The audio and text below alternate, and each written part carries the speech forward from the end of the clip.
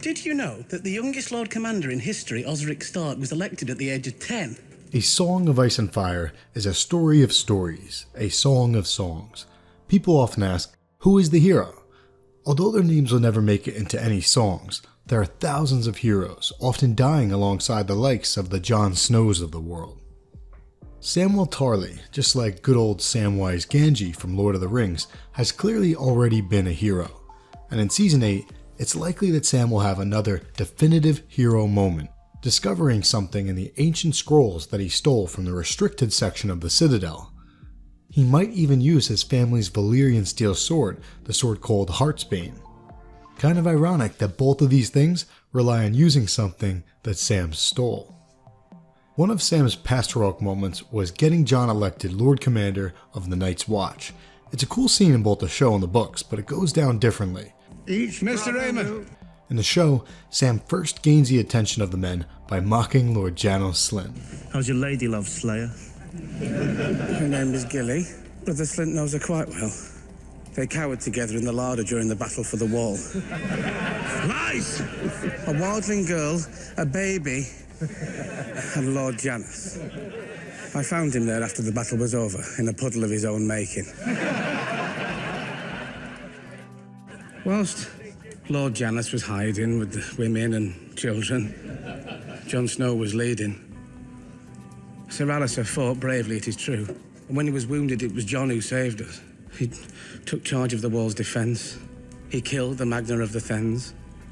He went north to deal with Mance Rayder, knowing it almost certainly meant his own death. He led the mission to avenge Lord Commander Mormont. Mormont himself chose Jon to be his steward. He saw something in Jon, and now we've all seen it too. He may be young. You want to lead one day? But he's the commander we turned to when the night was darkest.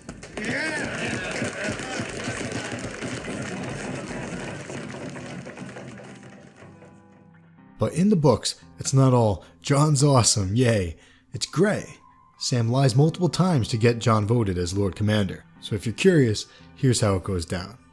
First off, in the canon, you need 2/3 of the votes to win. So in the past, there have been elections that lasted for days, weeks, or even years until they reached that 2/3 vote count. Who were the options this time? The Shadow Tower's commander was Sir Dennis Mallister, and Eastwatch by the Sea's commander was Cotter Pike. Sir Alistair Thorne was another option in the beginning.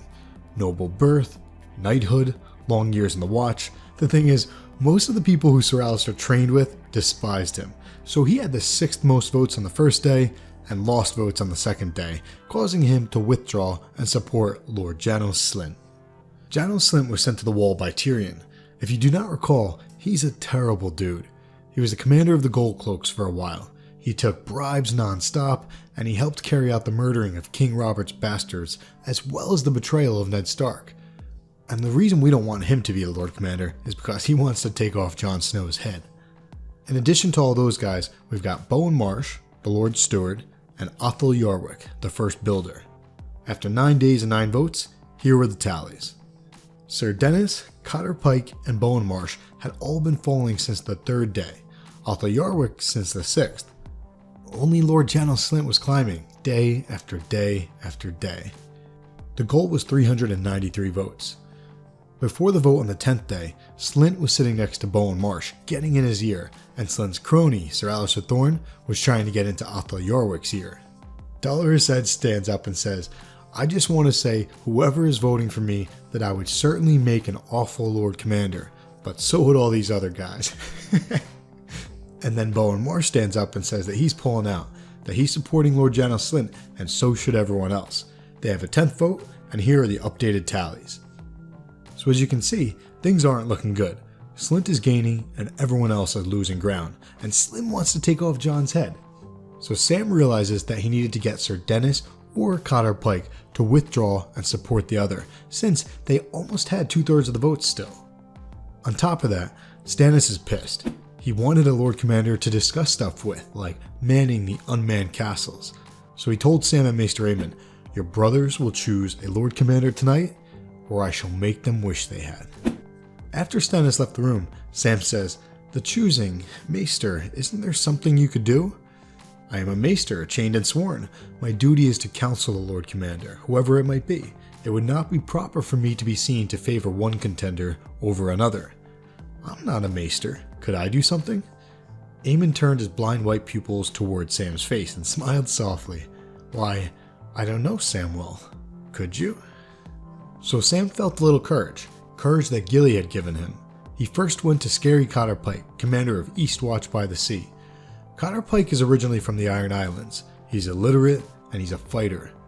That's really all he cares about in a Lord Commander. He wants a fighter. Sam asks him, what if there is someone else? And he learns that Cotter Pike would be tempted to vote for Janos Slynt just to piss off Sir Dennis Mallister. So there's the opening. More than Cotter Pike wants to be the Lord Commander, he just does not want Sir Dennis to be the Lord Commander. So Sam then heads over to Sir Dennis, commander of the Shadow Tower. Sir Dennis is old and courteous, and he has a thing for chivalry and nobility. Sam learns that Sir Dennis cannot stand Cotter Pike just as much as Pike cannot stand him. He believes the Lord Commander should be a lord first and foremost. To be able to treat with other lords and with kings as well, he must be a man worthy of respect. So Sam suggests Jon. Despite being young, Sir Dennis says maybe. This was the opening that Sam needed. Sam thinks, Jon said there could be honor in a lie if it were told for the right reason. So Sam lies. He tells Sir Dennis that if they do not choose a Lord Commander tonight, King Stannis told Maester Aemon that he will name Cotter Pike as the Lord Commander. Sam then goes back to Cotter Pike and says, you won't withdraw for Sir Dennis, you said, but you might for someone else. He's a fighter. The only thing is, he's bastard born. Nice little touch, Sam, because Cotter Pike thinks that Sir Dennis would hate it if a bastard becomes Lord Commander, since Sir Dennis has a thing for nobility. Pike says, bloody hell, that would shove a spear up Sir Mallister's arse, wouldn't it? Might be worth it just for that. How bad could the boy be? And as the icing on the cake, Sam tells yet another lie. I shouldn't be telling you, but King Stannis means to force Sir Dennis on us if we do not choose a man tonight. I heard him tell Maester Aemon that after the rest of you were sent away. So there you go. Sam found out what these two candidates wanted, and more importantly, what they did not want, and lied to them so that they would remove their names and have their supporters vote for Jon Snow.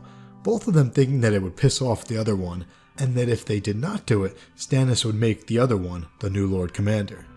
When the votes were counted, Jon Snow became the 998th Lord Commander of the Night's Watch. Dollar said is sort of acting as the 999th Lord Commander in the show. Will we ever see a 1000th? Probably not.